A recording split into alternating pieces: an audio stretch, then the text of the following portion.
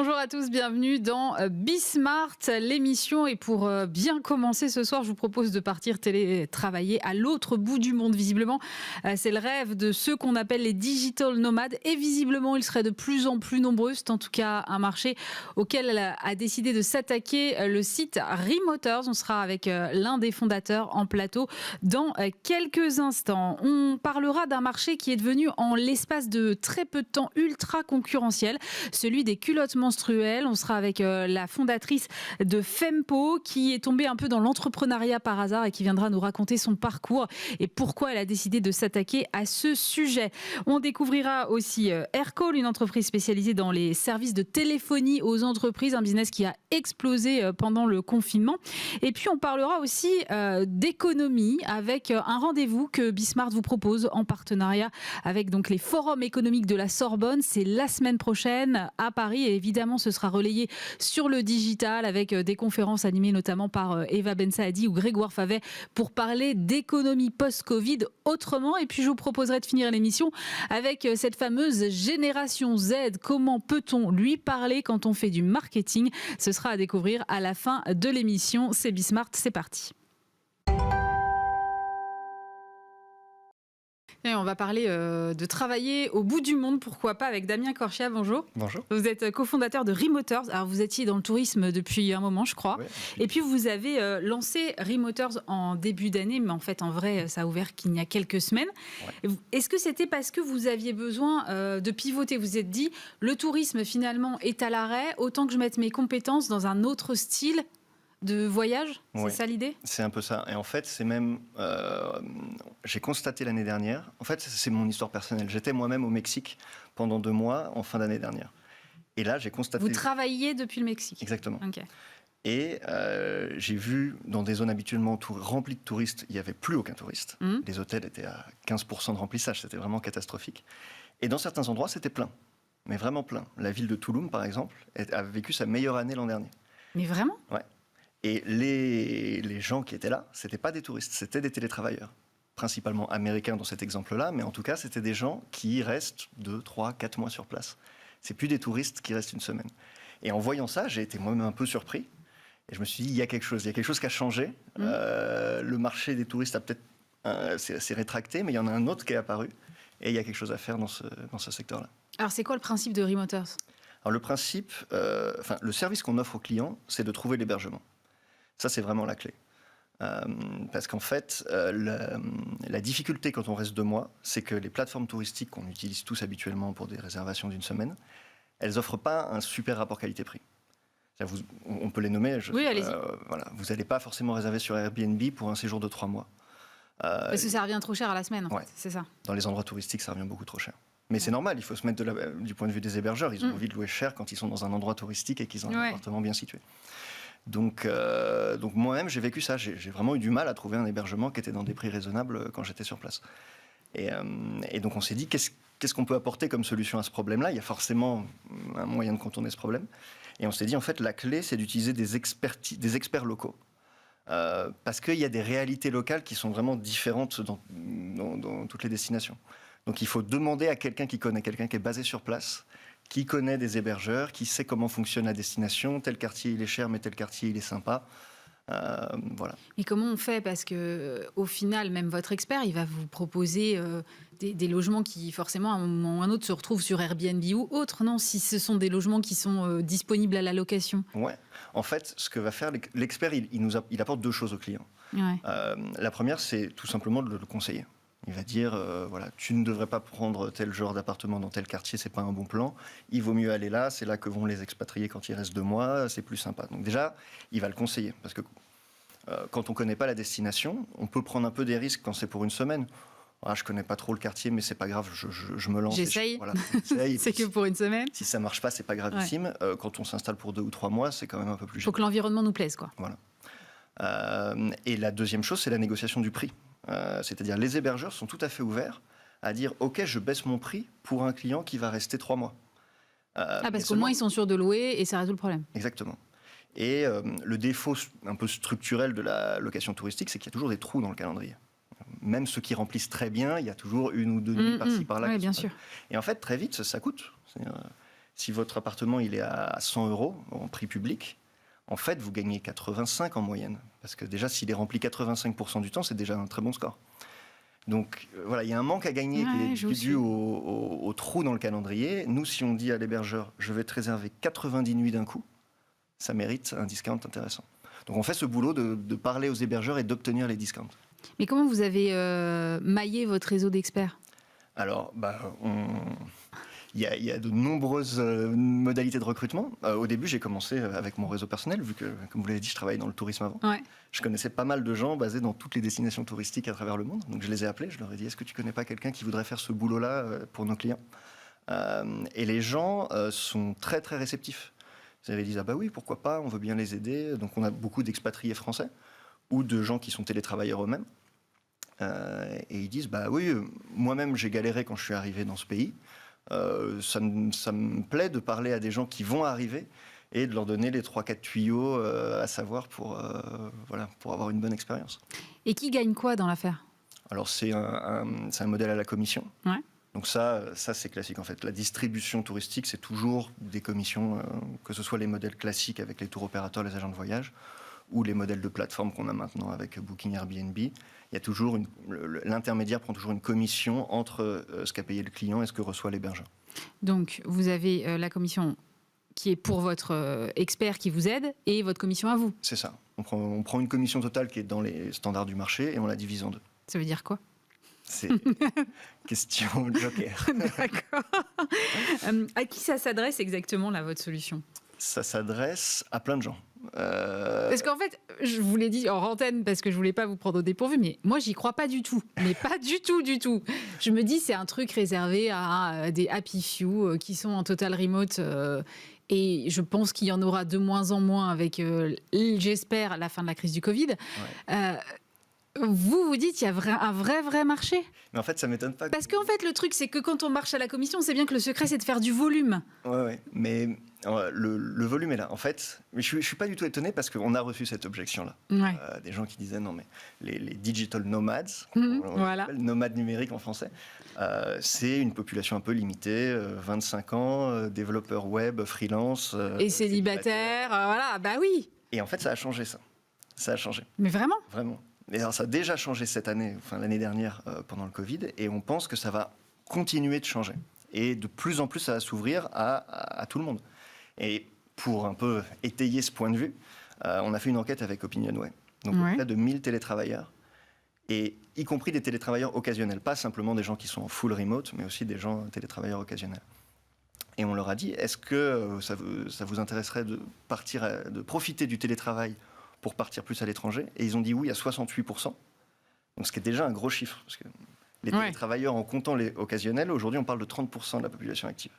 Donc 68% de 30%, c'est beaucoup de monde. C'est pas juste les développeurs web. D'accord.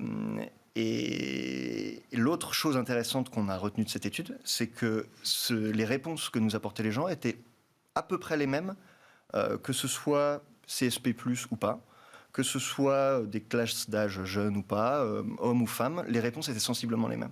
Donc tout le monde a envie de profiter du télétravail pour voyager plus longtemps, en fait. Oui, mais entre l'envie et la réalisation, parfois... c'est une habitude. En fait, c'est un usage qui va... On parie sur le fait que ce sont des usages qui vont se développer progressivement. Les gens vont prendre l'habitude. Il va y avoir notamment, on pense, de plus en plus d'entreprises qui vont favoriser ça. On a eu un exemple il y a 2 semaines, Google, qui était en full remote pendant la pandémie, a dit on va retourner au bureau. Ouais. Ils pensent qu'à peu près 60% de leurs employés vont retourner au bureau là où ils étaient avant. Mais pour ces 60%-là, ils ont aménagé 4 semaines de télétravail par an. Donc en fait, et ils ont spécifiquement dit, c'est pour vous aider à mieux organiser vos voyages. Donc c'est vraiment le but. Ouais, c'est intéressant. Et donc peut-être que dans quelques années, un usage classique, ça sera de demander 2 semaines de vacances plus 3 semaines de télétravail. Et on fait 5 semaines sur place. Peut-être que ça sera naturel et que ça sera passé dans les mœurs. Mais il faut aussi que l'employeur accepte, non ? Parce que... Il y a peut-être un travail de pédagogie, parce que l'employeur qui se dit n'importe quoi, mon effectif va aller télétravailler à Cancun, j'y crois moyen, non ? Oui, mais en fait, il y a plusieurs choses. En fait, la demande exprimée par les employés est telle qu'à un moment, les employeurs ne vont pas pouvoir ignorer ça. Donc, il va falloir trouver des arrangements. Et probablement, ça va être des arrangements. Voilà, il ne s'agira pas de mettre la barre complètement d'un côté ni complètement de l'autre. Il ne s'agira pas d'autoriser l'employé à être 11 mois sur 12 en télétravail, ni 0, ni interdire totalement. Probablement qu'il va y avoir des arrangements entre les deux. Donc, comme celui qu'a trouvé Google ou d'autres. Mais ça va dépendre des secteurs, ça va dépendre, est-ce que c'est des petites entreprises, des grandes entreprises. Je pense qu'il y aura des modalités qui vont varier, mais c'est sûr qu'on peut trouver des modalités.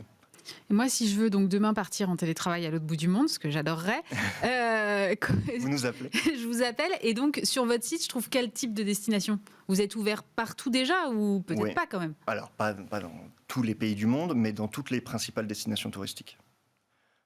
Aujourd'hui, on a 200 villes ouvertes. Donc, c'est-à-dire que si vous dites « je veux aller à Barcelone », on va vous mettre en contact avec quelqu'un qui est à Barcelone. Si vous dites « je veux aller en Grèce », on va vous mettre en relation avec quelqu'un qui est basé en Grèce.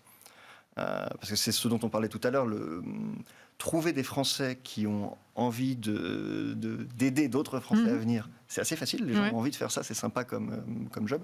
Et pour eux, c'est des revenus additionnels en fait. Oui, bien sûr. La commission dont on parlait tout à l'heure, ça leur permet un peu de mettre du beurre dans les épinards. Ouais. Et alors, vous avez ouvert vraiment le service début du mois, là, je crois. Ouais. Vous avez fait face à quel type de demande ? Déjà, c'est massif ou pas ? Oui, c'est plus. En fait, nous, on a communiqué tout doucement au début, parce qu'évidemment, une entreprise en lancement. Oui, je comprends bien. Mais on a reçu beaucoup plus de demandes que ce qu'on pensait. Et aujourd'hui, je pense que c'est pas tout à fait représentatif, parce que l'énorme majorité veut rester en Europe. On n'a pas encore beaucoup de demandes sur des destinations très lointaines, parce que soit elles sont fermées officiellement, soit même si elles sont ouvertes, il y a quand même une petite crainte que la situation change. Donc aujourd'hui, le gros de la demande, c'est l'Europe du Sud, c'est la Méditerranée. Bizarrement. Et l'intérêt pour la plupart des gens, c'est quand même d'aller chercher le soleil et un peu une qualité de vie et les terrasses. Tel qu'on se l'imagine en tout cas. Voilà. Et après, on a des villes.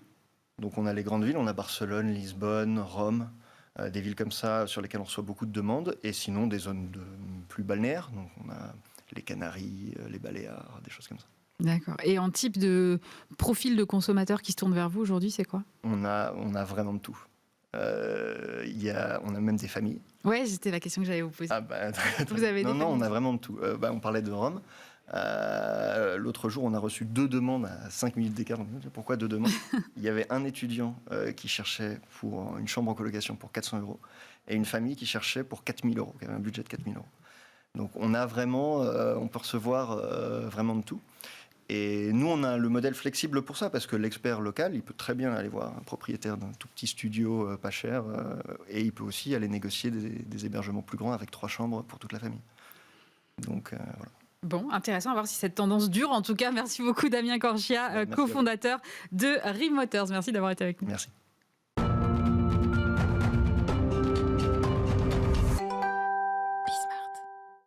Et je suis maintenant avec Claudette Lauvencin. Bonjour.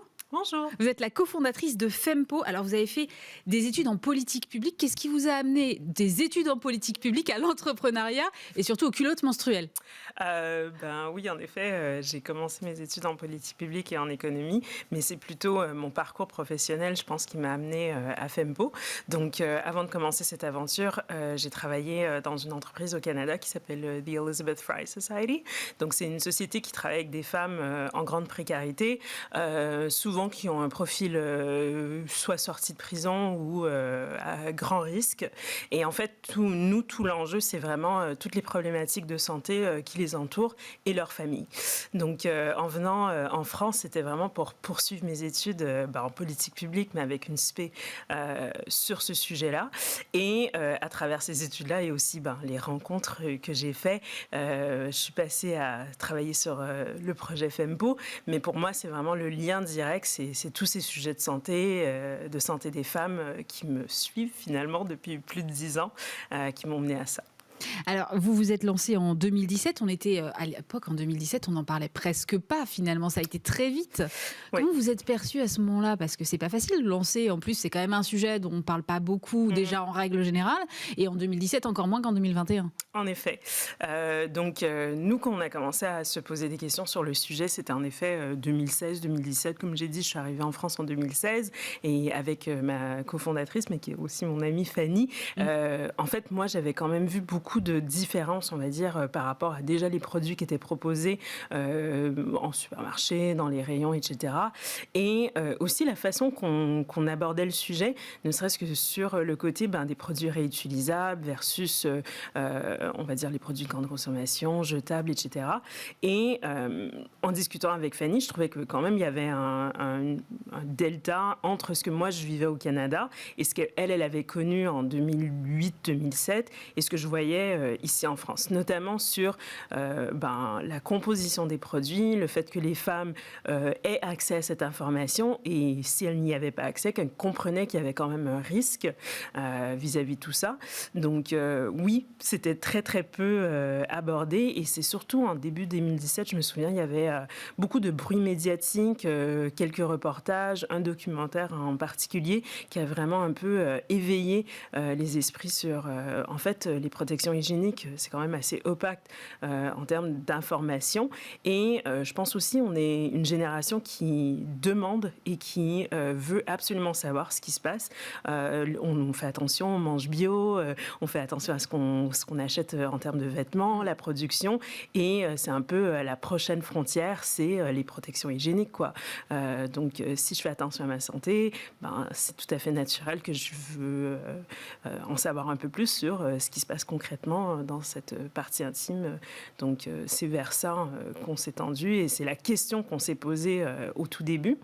Et de cette question-là, comme on a fait, on a posé un sondage, c'est tout simple, pour essayer de découvrir comment les femmes vivaient déjà leurs règles et aussi qu'est-ce qu'elles utilisaient. Et de là, on a découvert que plusieurs femmes n'étaient pas satisfaites et demandaient mieux. Et c'est un peu comme ça qu'on s'est lancé, quoi. Et vous avez lancé un sondage comme ça, et alors vous avez eu 3000 retours en 48 heures? Absolument. C'était c'est dingue. Oui, c'est le bon mot. Nous, on s'attendait à quelques centaines de réponses pour avoir un échantillon représentatif finalement. Mais ces 3000 réponses, c'est en effet des femmes qui déjà voulaient qu'on leur pose la question, donc qui nous remerciaient d'avoir même posé la question, avoir ce sondage, et qui exprimaient de façon assez claire que ce qui était proposé pour elles était souvent un compromis forcé, donc entre quelque chose qui est bien pour ma santé ou quelque chose qui est respectueux de la planète ou même quelque chose qui me convient, quoi, sur lequel je suis confortable. Donc ces femmes-là nous ont dit, mais très très fort, non, pas du tout. Qu'est-ce qu'on peut faire? Comment on peut améliorer tout ça? Donc vous lancez Fempo, qui est donc une marque de culottes menstruelles. Et comment vous avez conçu vos modèles? Quelles ont été vos priorités? Comment vous êtes allé chercher les tissus, les usines pour fabriquer? C'était très, on va dire, do it yourself. C'était littéralement ça. Parce que dans l'espace, en tout cas français, il n'y avait personne qui faisait ça. Personne s'était vraiment posé la question jusque-là. On s'est aussi inspiré de ce qui se faisait sur le réutilisable, donc tout ce qui était couches pour enfants, ou même certaines femmes qui, façon de artisanal, créaient leurs propres sous-vêtements. Il y avait aussi certaines marques qui s'étaient positionnées, on va dire, en complément sur le marché australien, le marché américain, le marché canadien, que je connaissais très bien. Et en fait, avec Fanny, on s'est dit, nous, on ne voulait pas faire un complément, on voulait vraiment quelque chose qui tienne à lui-même. Vraiment, on l'enfile et c'est fini, on n'en parle plus. C'est fini, on n'en parle plus.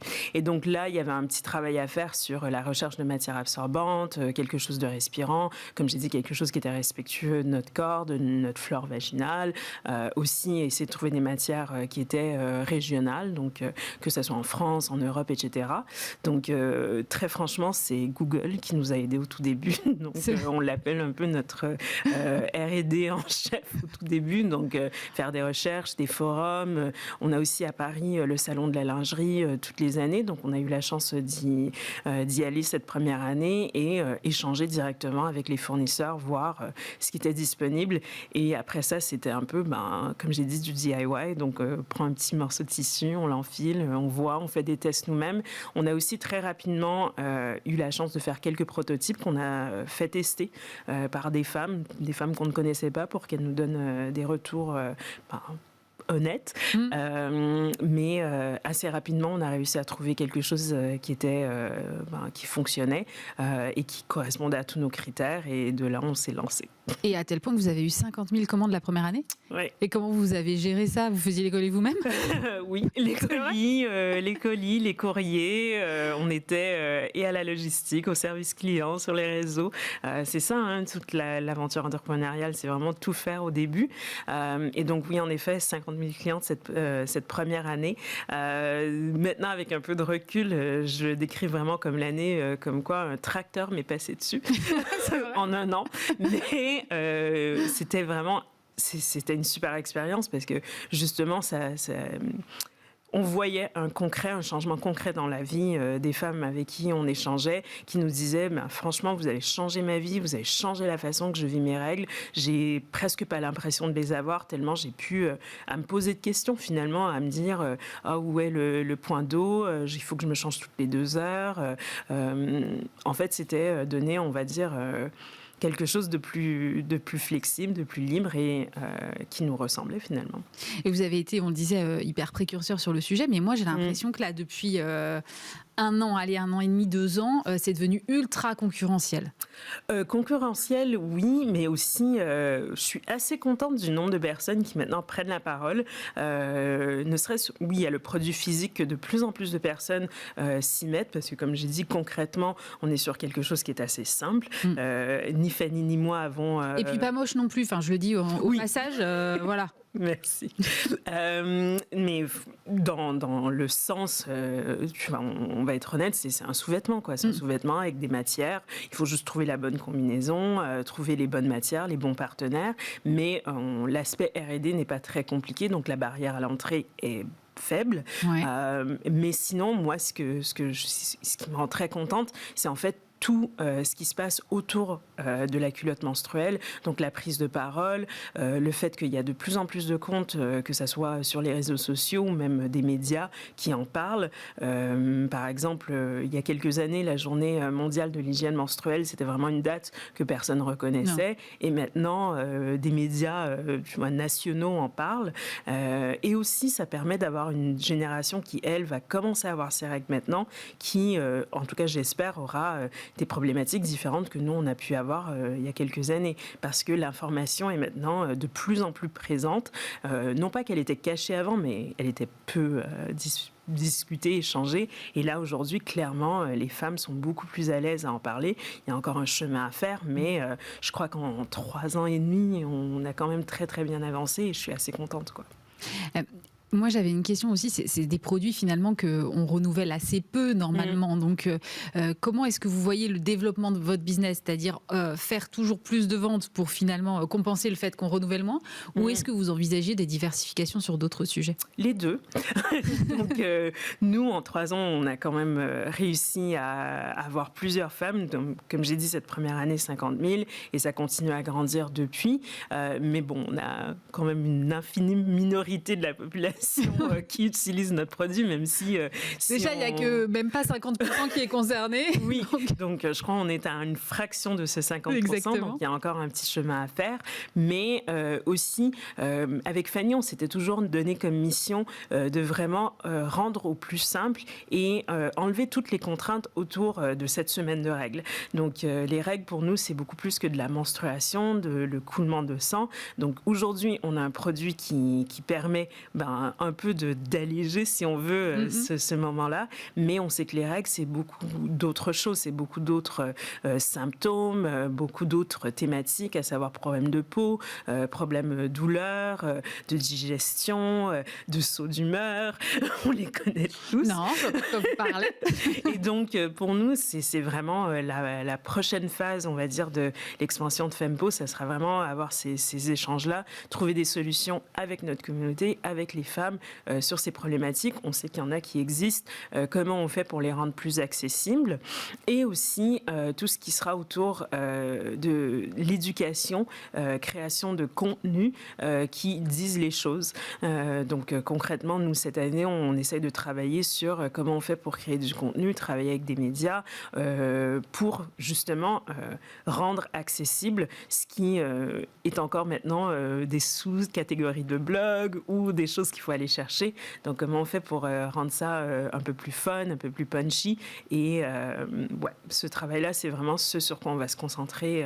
On continue à travailler sur les culottes, il y a encore beaucoup de travail à faire, mais ces deux thèmes-là, à savoir toutes les autres problématiques autour des règles qu'on peut adresser, mais aussi les contenus qu'on peut créer pour qu'il y ait une démocratisation, on va dire, de l'information sur ce sujet.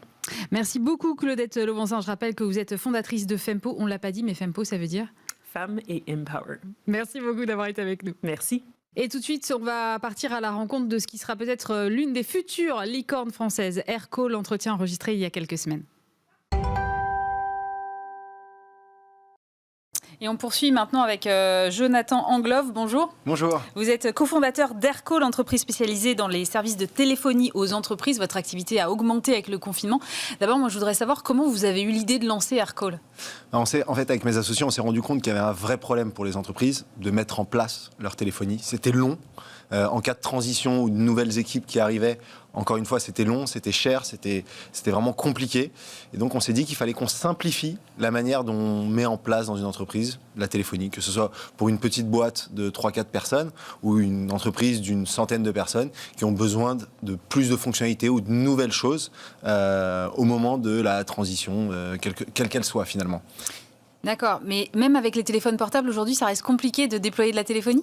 Alors, vous le dites, le téléphone portable, c'est du hardware, donc il faut déjà les envoyer à chaque personne, il faut mettre une carte SIM, et finalement, c'est juste la partie portable. Maintenant, quand on est au bureau, habituellement, on a un téléphone fixe qui est posé sur le bureau, et finalement, aujourd'hui, on n'a plus ça avec Aircall, c'est un logiciel, et on s'est dit que c'était quand même plus simple d'avoir un logiciel sur les ordinateurs, et en plus de ça, étant donné qu'on est un logiciel, on va s'intégrer à tous les outils métiers que ces entreprises utilisent déjà, et donc pour leur apporter plus de valeur. Genre, quel type d'outils métiers ? Alors typiquement, ça va être le CRM, dans le cas d'un service commercial, mais le helpdesk, dans le cas d'un service client, pour typiquement quand on est un utilisateur d'Aircall, au lieu de lorsqu'on reçoit un appel d'un de nos clients, un de nos prospects, tout de suite, on a une remontée de fiches, on sait qui est le client. J'ai pas besoin d'aller fouiller dans mon autre logiciel, d'ouvrir une autre page. Et donc, on améliore finalement le service client. Donc, si vous pensez à vous quand vous appelez le call center de votre e-commerce favori, et que la première chose qu'ils vous demandent finalement, c'est quel est votre numéro de client ou quel est votre numéro de téléphone, alors que vous êtes en train de les appeler de votre numéro de téléphone, finalement avec Aircall, tout ça, ça n'existe plus. Il vous reconnaît, il vous appelle par votre prénom ou votre nom de famille, peu importe, selon eux comment ils se sont organisés, et ils ont toutes les infos devant eux, que Aircall remonte de l'outil métier que vous demandiez, et donc finalement il y a un vrai suivi clientèle, et donc Aircall, en plus de rendre les équipes plus productives, va améliorer le service client en général de la boîte. Parce qu'en fait, si je comprends bien, votre solution, c'est un logiciel que vous pluguez sur d'autres logiciels qui existent déjà. C'est ça. C'est ça. Donc, imaginez, c'est le téléphone de l'entreprise qui est connecté à l'ensemble des outils métiers de l'entreprise. Donc, là, on parlait du service client ou du service commercial, mais on peut penser aux RH, pareil, qui font toute la journée des appels avec des candidats. C'est quand même plus pratique de ne pas avoir à prendre de notes directement sur un papier et devoir les transférer après dans un outil. Finalement, si Aircall s'intègre à l'outil métier des RH, l'appel peut être enregistré, donc on peut réécouter l'appel avec le candidat si nécessaire. L'appel peut être transcrit, les notes peuvent être poussées directement via Aircall. Et donc finalement, l'expérience candidat est meilleure, mais également l'expérience des ressources humaines va être meilleure puisqu'ils ont un meilleur suivi de toutes les interactions avec leurs candidats. Et quand vous dites c'est du 100% cloud, ça veut dire quoi ? Ça veut dire qu'en fait, il n'y a aucun logiciel, aucun hardware, donc aucun Matériel en français, merci Aurélie, à installer. Ouais. Et tout se fait via les ordinateurs et se déploie en quelques minutes. Encore aujourd'hui, la plupart des solutions de téléphonie mettent des jours, voire des semaines à être déployées. Et j'ai encore des clients qui viennent chez nous, qui nous disent ça m'a mis 3 mois à essayer de déployer cette solution et ça n'a pas fonctionné. Aircall, on est capable de déployer la téléphonie d'une société, où que soit cette société dans le monde, en moins d'une dizaine de minutes, peu importe le nombre d'employés que cette société a finalement. Ouais, et donc, comme tout est depuis l'ordinateur, finalement, avec le télétravail, ça pose pas de problème, alors que le fixe, on ne peut pas l'embarquer, quoi. Voilà, au contraire, le télétravail, pour nous, a été vraiment un accélérateur de croissance. On va dire qu'en quelques mois, on a vu une accélération de sociétés qu'on ne voyait pas avant, des sociétés un petit peu plus traditionnelles, des PME de province ou des PME un petit peu plus à l'ancienne, finalement, qui prenaient leur temps pour se digitaliser, qui aujourd'hui vraiment vont à la course à la digitalisation et attendent d'avoir des outils tels que Aircall pour mettre en place leur téléphonie et donc en télétravail, être devant son ordinateur, travailler, mais être aussi joignable par téléphone, que ce soit dans le cas où je suis un commercial et toute la journée je fais des appels à mes clients, ou je reçois des appels de mes clients, ou que je sois une équipe de service client. Encore aujourd'hui, ça m'a fait rire, j'ai appelé le service client d'une grande enseigne dans laquelle je suis cliente et je me suis rendu compte qu'ils étaient sur Aircall et en fait, j'ai tout de suite compris sans demander à l'agent que cette personne était chez elle. Et en fait, ça prouve qu'en fait, il y a une continuité de l'activité malgré la situation de pandémie dans laquelle on est. Et donc, du coup, vous avez gagné des clients, vous, pendant cette période-là ? Oui, on a gagné. Alors, évidemment, on a eu une forte croissance des nouveaux clients. De la même manière, on a aussi eu des clients qui ont souffert. Tous les clients qui sont dans le travel, donc dans le voyage, ça a été compliqué, et qui ont également des gros call centers. Donc, ils ont dû mettre beaucoup de gens en chômage partiel, parfois chômage tout court. Il y a eu des fermetures de business units. Donc ça a été assez compliqué. Donc on va dire que l'un dans l'autre, on a très bien tiré notre épingle du jeu.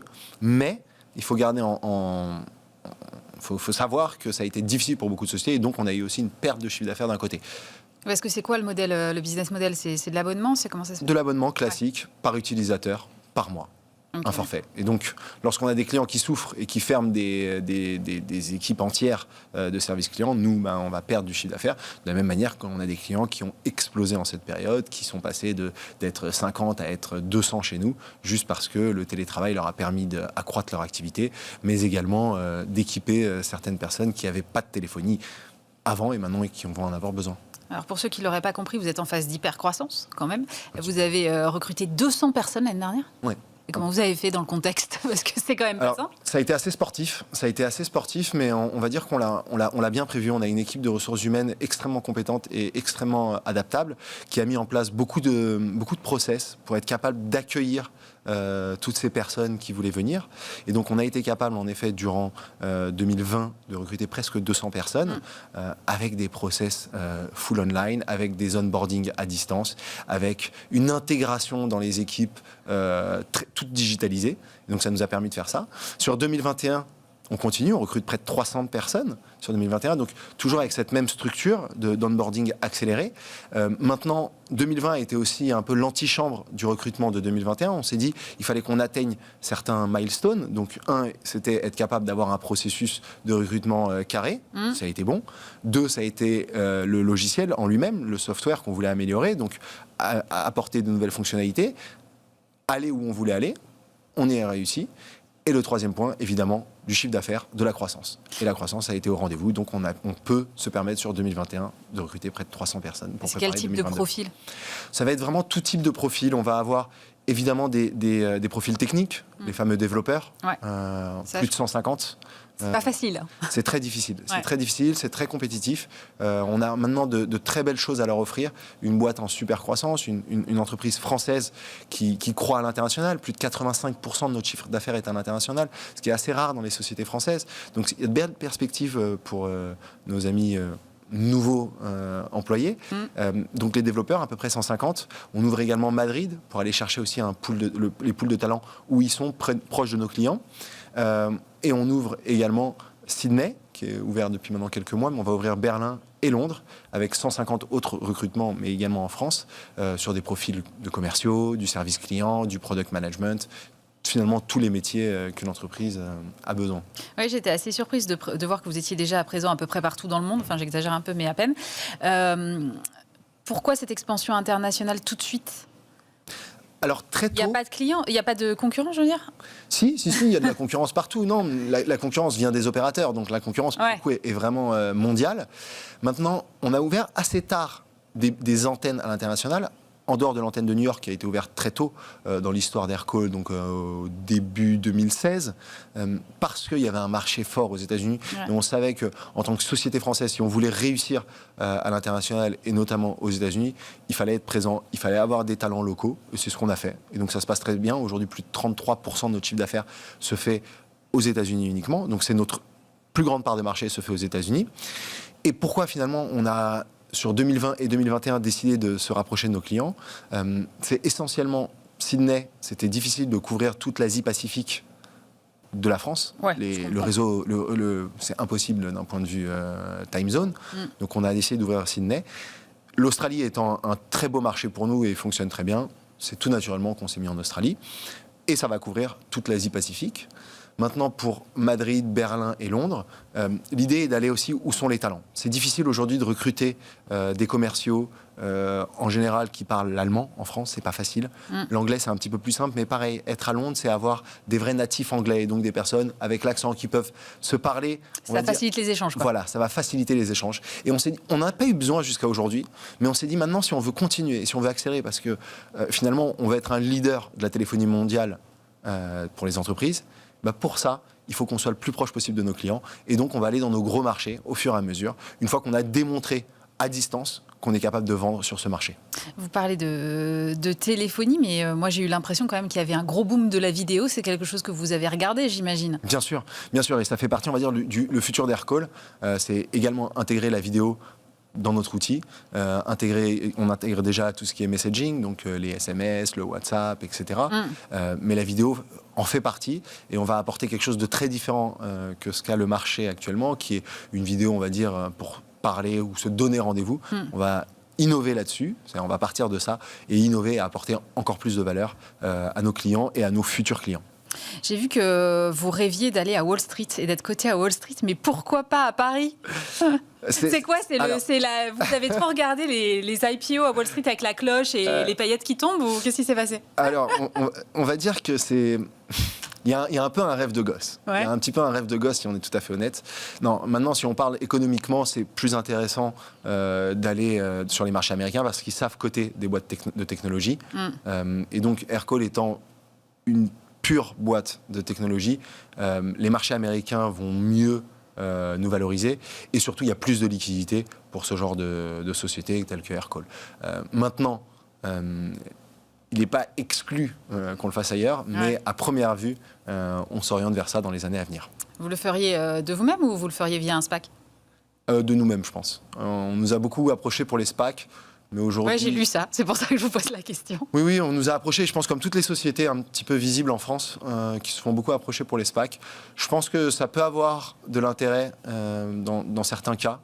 Nous, aujourd'hui, au niveau auquel on est, c'est pas le moment, en fait. C'est pas le moment, ça serait beaucoup de travail, ça serait beaucoup de défocus pour les équipes. Là où aujourd'hui, on sait se financer, on sait où aller prendre de l'argent.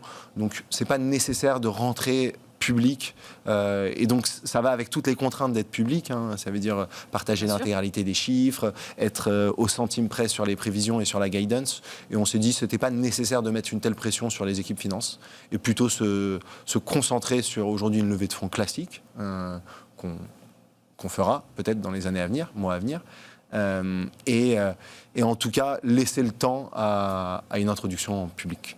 Donc ce serait à quelle horizon alors? Ah là là. Non, ça serait d'ici 2 ans, 2 à 3 ans. Ah oui, c'est quand même assez proche, quoi. Ça va très vite. En fait, ça va très vite.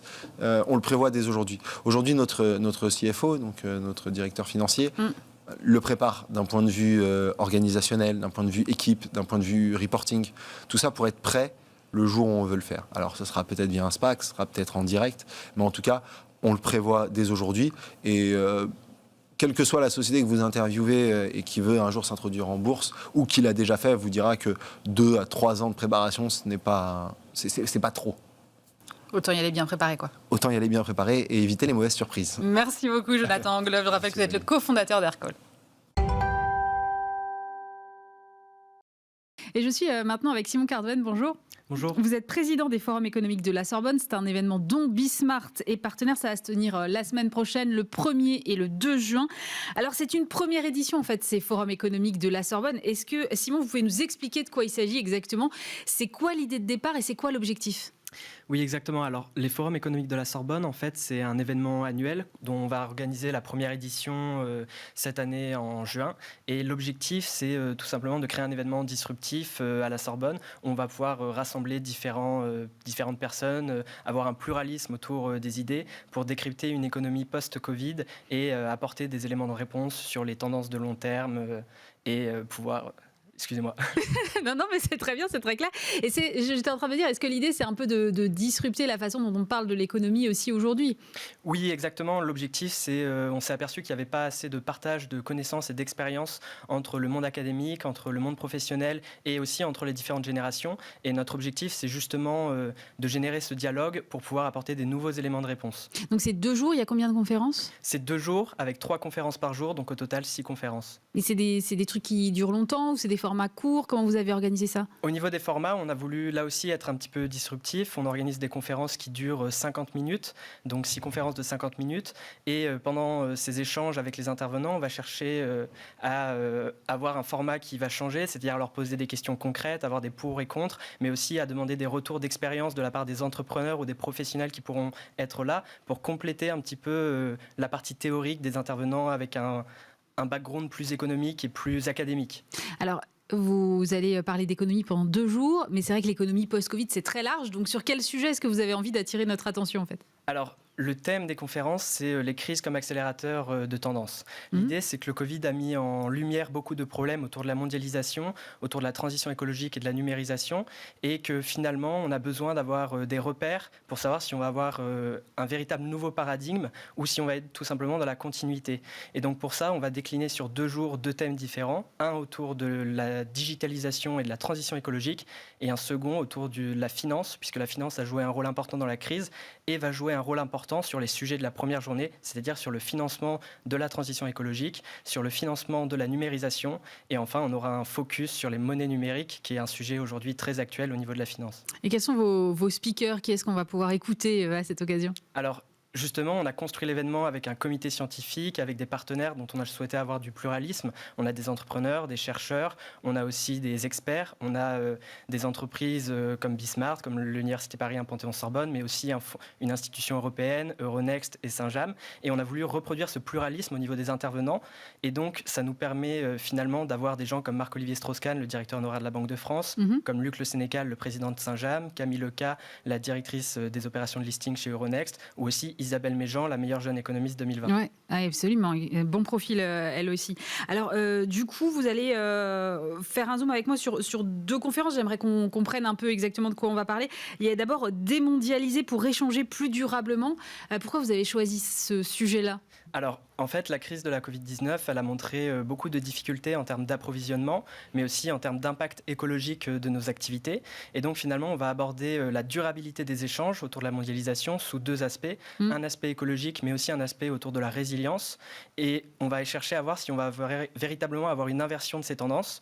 Aujourd'hui, on voit que finalement, on a une très forte reprise des échanges. On a un commerce des biens qui explose. On a des économies qui réouvrent. Et on a des accords commerciaux qui se multiplient. Donc, est-ce qu'on va vraiment se diriger vers un nouveau paradigme? Peut-être pas. C'est ce à quoi vont chercher à répondre les intervenants. Et c'est aussi, ils vont aussi chercher à apporter des éléments de réponse pour donner les bonnes pratiques afin d'échanger plus durablement. En fait, le monde d'après, c'est un peu le monde d'avant quand même, quoi. Ben justement, peut-être, mais peut-être pas. Tout dépend de ce qui peut être mis en place, des bonnes pratiques et de la diffusion de l'information. Et c'est aussi pour ça qu'on veut faire les forums économiques de la Sorbonne. L'autre sujet que vous vouliez aborder avec moi, c'est le souverain face aux monnaies numériques. C'est vrai que les monnaies numériques, on en parle énormément et on a encore, je pense, alors évidemment à l'exception du Bitcoin, mais on a encore du mal à voir ce à quoi ça sert et comment ça marche. Je pense qu'il y a aussi une espèce de démocratisation des monnaies numériques qui reste encore à faire sans doute. Oui, c'est vrai. On a déjà besoin de comprendre ce qu'est un cryptoactifs, ce qui est une monnaie numérique banque centrale, une monnaie numérique privée. Et finalement, tout l'enjeu autour de cette question, c'est de savoir comment les souverains, comment les banques centrales vont pouvoir faire face à l'émergence d'une monnaie numérique privée. On pense très souvent au Bitcoin, mais il en existe d'autres. Et donc finalement, on a la Fed qui a lancé des réflexions depuis 1 an sur une monnaie numérique banque centrale. On a la Banque de Chine qui a déjà lancé des expérimentations. L'euro, on pense aujourd'hui à un euro digital. Et finalement, on va avoir donc justement le directeur de la Banque des règlements internationaux, on va avoir des personnes de l'OCDE, on va aussi avoir Marc-Olivier Strauss-Kahn justement qui vont pouvoir apporter des éléments de réponse avec Isabelle Veillant, la directrice de l'autorité bancaire européenne, sur ce sujet pour savoir vraiment ce que les régulateurs vont pouvoir faire face à l'émergence de ces monnaies numériques qui posent des questions en termes de traçabilité des échanges, mais aussi en termes de souveraineté monétaire et en termes d'instabilité quand on voit l'évolution du Bitcoin. L'idée, c'est d'avoir quoi ? Des conférences qui soient très techniques ou au contraire qui puissent parler au plus grand nombre ? Non, l'idée, c'est pas d'aller vers quelque chose de très technique, c'est d'avoir un public très vaste. Donc c'est aussi pour ça qu'on a fait une fédération avec 3 acteurs pour toucher un public vraiment vaste, d'étudiants, de chercheurs, de professionnels, et d'apporter, malgré une très bonne vulgarisation, de véritables éléments de réponse pour savoir qu'est-ce qui peut faire l'économie post-Covid et qu'est-ce qui peut changer la donne. Comment est-ce que, si on a envie d'assister à ces conférences, comment on fait ? Alors, justement, sur le site, on ne pourra pas accueillir de public, malheureusement, à cause du Covid. Et donc, on va faire une retransmission vidéo en direct. Il y aura donc sur le site une page pour s'inscrire et un lien pour suivre les conférences en direct pendant 2 jours. Donc, quand vous dites le site, c'est le site Forum économique de la Sorbonne, c'est ça ? Exactement. Et donc, on aura la chance, en plus, d'y retrouver Eva Ben Saadi et Grégoire Favet qui vont animer chacun une conférence la semaine prochaine. Vous pouvez peut-être nous redonner les horaires, enfin, c'est à partir de quelle heure Oui, alors les conférences sont de 17h30 à 20h30 et ce sont les 2 jours, donc le 1er et le 2 juin. Merci beaucoup. Et donc, pour en savoir plus, vous vous rendez sur le site des Forums économiques de la Sorbonne. Merci Simon Cardouenne, président donc, des Forums économiques de la Sorbonne. Rendez-vous en partenariat avec Bismart à ne pas manquer. La semaine prochaine, tout de suite, eh bien, on parle marketing de la génération Z, un entretien enregistré il y a quelques semaines. Et je suis maintenant avec Séverine Autray. Bonjour. Bonjour. Vous êtes directrice générale et partenaire de l'agence créative Fred et Farid Paris. Avec vous, on va parler un peu de marketing pour la génération Z. C'est une cible qu'évidemment les marques ont très envie de conquérir.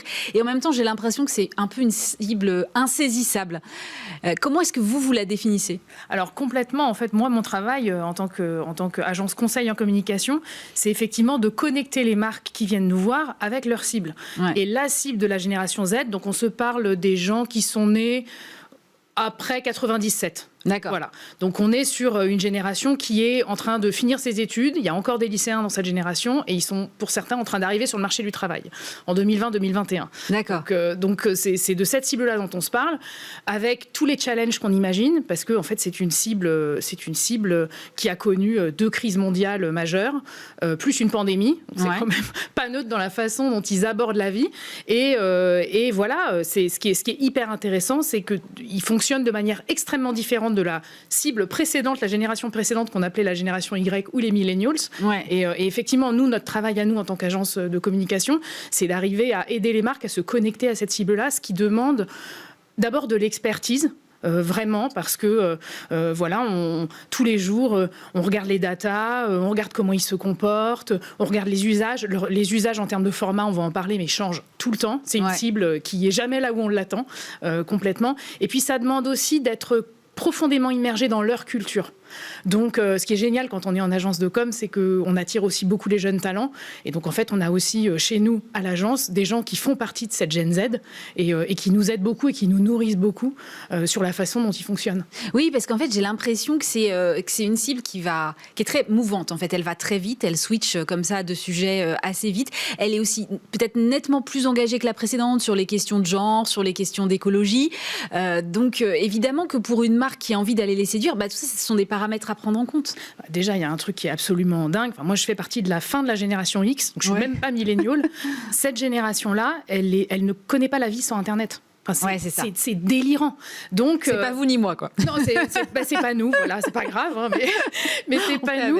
Et du coup, c'est absolument incroyable parce que je crois qu'il y a une stat qui dit que ils sont 100% de la Gen Z consulte au moins 5 fois par heure son portable.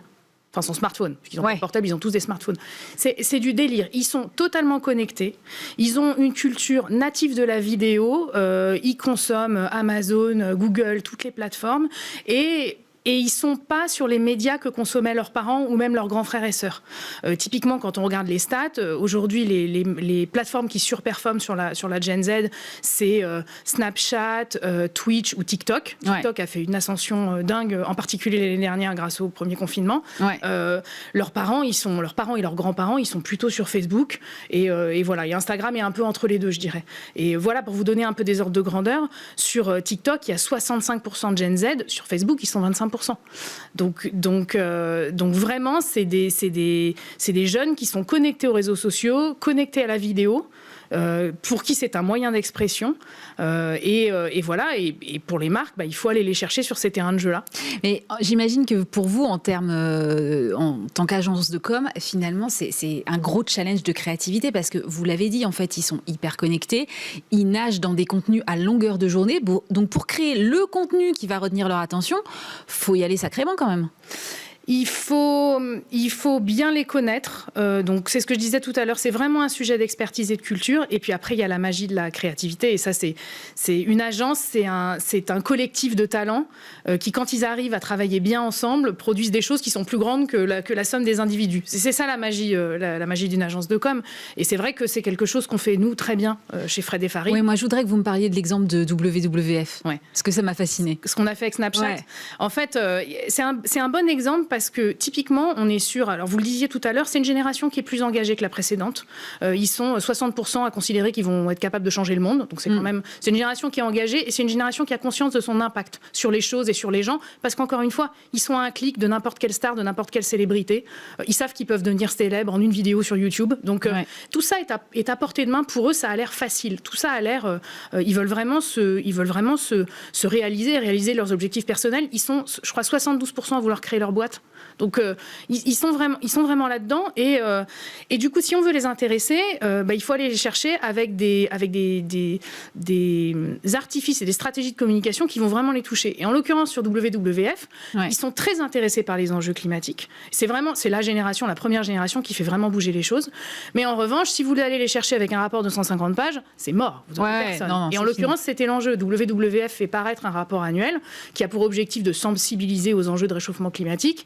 Et voilà, 150 pages, un rapport annuel, c'est pas comme ça que vous allez chercher les jeunes.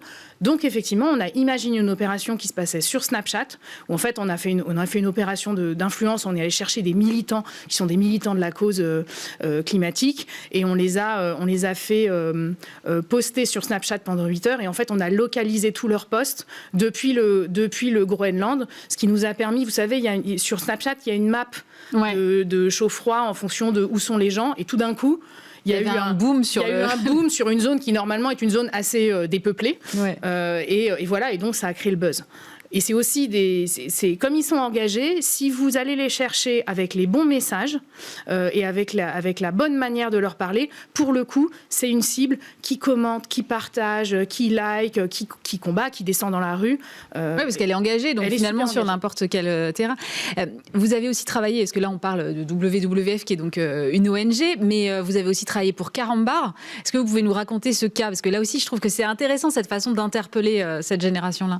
En fait, Carambar, qui était un client historique de l'agence, avait un sujet en 2019 qui était son anniversaire, l'anniversaire de la marque. Alors les marques, en particulier les marques de retail, elles aiment bien fêter leur anniversaire. Et puis c'est aussi un prétexte pour booster les ventes souvent. Et on a eu cette idée sur Carambar, qui est, alors encore une fois, d'aller travailler avec Snapchat, avec qui on a vraiment collaboré pour la mise en œuvre. Donc c'est l'agence qui a imaginé l'idée, et puis après on l'a co-fabriquée en fait avec Snapchat. Et en fait on est allé là aussi les chercher avec des outils qui leur plaisent. On est allé créer 50 blagues en réalité augmentée pour les 50 ans de la marque. Donc en gros, de notre côté, ça voulait dire concevoir et écrire toutes les blagues. Bonjour le brainstorm. Mon associé Olivier qui s'y est collé peut vous en raconter quelques-unes à l'occasion. Et puis ensuite, on a fait... C'est Olivier qui a écrit toutes les blagues? Il en a écrit une partie avec ses créatifs. Mais oui, forcément, il y a un moment... Il est rédac, donc il faut bien s'y mettre. Et puis après, on a fabriqué ces vidéos. Et en fait, ce qui était extrêmement malin, c'est que ces vidéos étaient accessibles via un QR code qui était présent sur les packs de Carambar et sur les papillotes. Donc, concrètement, on est sur une opération qui a très bien fonctionné en termes d'image parce que c'était extrêmement ludique. On mettait en scène le Carambaré qui racontait ses blagues, etc., qui est un personnage populaire de la culture française. Oui, bien sûr. Mais au-delà de ça, c'est une opération. Pendant l'opération, Carambar a fait plus 6% en termes de business sur un marché de la confiserie qui était en décroissance de 2% à l'époque. Donc, ça fonctionne, c'est-à-dire que nous, moi, je suis pas là pour faire de l'art, je suis là pour faire de la pub. Bien sûr. Et donc, comme vous le disiez, on travaille pas que pour des ONG, on travaille principalement pour des marques commerciales. Et c'est vrai que c'est une cible qui est volage et qui est difficile à capter, mais on peut tout à fait, avec des dispositifs qui sont performants et qui sont bien pensés depuis le démarrage, avoir des résultats qui sont super efficaces. Est-ce qu'il faut systématiquement, bon là vous l'avez pas fait pour le cas de Carambar, mais vous l'avez fait pour d'autres cas, faire appel à des influenceurs? Est-ce que finalement c'est la meilleure porte d'entrée? C'est une bonne porte d'entrée aujourd'hui parce qu'en fait aujourd'hui l'influence c'est un peu la nouvelle façon de médiatiser les opérations. On a un bon exemple à l'agence qui est une opération qu'on a fait pour la Redoute, 2 opérations qu'on a fait pour la Redoute l'an dernier. La Redoute c'est un client historique de l'agence qu'on accompagne sur toute sa stratégie de communication sur la partie préférence de marque. Ouais. Et depuis l'an dernier on a vraiment commencé à travailler la cible de la Gen Z et des adolescents parce qu'on s'est rendu compte que ces individus-là au sein de leur foyer, au sein de leur famille ont énormément d'influence. Non seulement sur évidemment ce qu'ils consomment eux, évidemment, mais aussi sur leurs parents. Et c'est vrai de toute cette génération-là. Donc on a eu envie de commencer à la traiter un peu parce que la Gen Z et les ados, ils n'ont jamais vu un catalogue La Redoute de leur vie. Encore une fois, vous et moi, nous avons grandi avec le catalogue La Redoute, mais eux, c'est pas le cas. Et en fait, on a fait une opération sur TikTok. On a fait un casting, un challenge, un casting virtuel sur TikTok, le La Redoute Challenge. Et en fait, on est allé sélectionner nous 4 influenceurs sur la plateforme pour leur profil, leur affinité avec à la fois la cible, la marque, le sujet dont on se parlait qui était d'incarner une forme de diversité. C'est aussi quelque chose qui est très important pour la Gen Z aujourd'hui, d'incarner la diversité quand on est une marque. Et effectivement, d'avoir sélectionné ces 4 influenceurs-là, ça a été une des clés du succès de l'opération parce que eux se sont fait l'écho de l'opération de manière extrêmement naturelle et authentique parce qu'en fait, ça correspondait vraiment à leur personnalité, à leur ligne édito. Et ça aussi, c'est une des clés du succès pour la Gen Z. Ils n'ont pas de problème à croire les marques et à consommer les marques, mais en revanche, ils ont besoin que les marques elles soient alignées. C'est-à-dire que si vous racontez un truc dans un média et que par ailleurs vous n'êtes pas cohérent, par exemple sur votre marque employeur, vous vous faites flinguer, c'est fini. Et vous êtes blacklisté. Ils n'ont aucun problème à blacklister les marques et à changer. Même des marques qu'ils ont adorées par le passé. Donc c'est très important d'avoir une forme de cohérence. Et La Redoute, c'est une marque qui est patrimoniale, qui est authentique. C'est une marque que les Français aiment beaucoup parce qu'elle est ancrée à Roubaix. Et puis on a grandi. C'est une marque qui a plus de 180 ans. Donc on a tous grandi avec La Redoute. Et du coup, c'était important d'avoir une démarche là aussi sur TikTok qui était une démarche authentique, tout simplement. Ça veut dire que cette génération-là, elle pousse finalement les marques à s'engager davantage ? Ah oui. Ah oui, c'est clair. Elle pousse les marques à s'engager, elle pousse les marques à être cohérentes. Après, c'est une génération qui est pleine de paradoxes parce qu'à la fois, ils sont extrêmement pragmatiques. On voit, quand on regarde les études, les millennials, par exemple, ils se réalisaient vraiment en faisant des voyages, en réalisant des rêves, en vivant des moments. La Gen Z, elle est plus pragmatique que ça. Après, elle s'est mangée 2 crises et une pandémie. Donc on comprend. Là, ils cherchent du travail, concrètement. Oui, voilà. Il y a un effet de réalité. Il y a peut-être un effet de réalité aussi. Ils ne sont pas au même moment de leur vie que nous non plus. Ouais. Mais c'est vrai que c'est une génération qui est très demandeuse vis-à-vis des marques et après qui est aussi très consommatrice de marques et de produits quand les marques et les produits tiennent leurs engagements. Donc c'est pas une génération qui est anti-consommation. Mais en revanche, eux s'engagent beaucoup et puis ils ont aussi un recul vis-à-vis du système qui fait que je pense qu'ils en attendent un peu moins des politiques, des institutions. Et ils sont conscients que les entreprises et les marques ont de l'argent et ont le poids nécessaire pour changer les choses. Et puis eux aussi, ils sont à un clic, ils sont à une vidéo de faire le buzz. Ils sont à une vidéo de changer les choses. C'est facile pour eux aujourd'hui de faire descendre les gens dans la rue, par exemple. Ouais. Donc c'est des gens qui sont engagés et qui prennent le pouvoir qu'on leur a donné, qui ont pris la place qu'on leur a donnée. Ce qui sera intéressant, c'est de voir comment cette génération-là, finalement, va vieillir et va évoluer après. C'est clair. Ça, c'est un vrai sujet. En particulier, nous, en tant qu'employeurs, patrons d'entreprise, on se pose toujours la question de quel va être leur rapport au travail d'ici quelques années. Et ça, c'est super intéressant.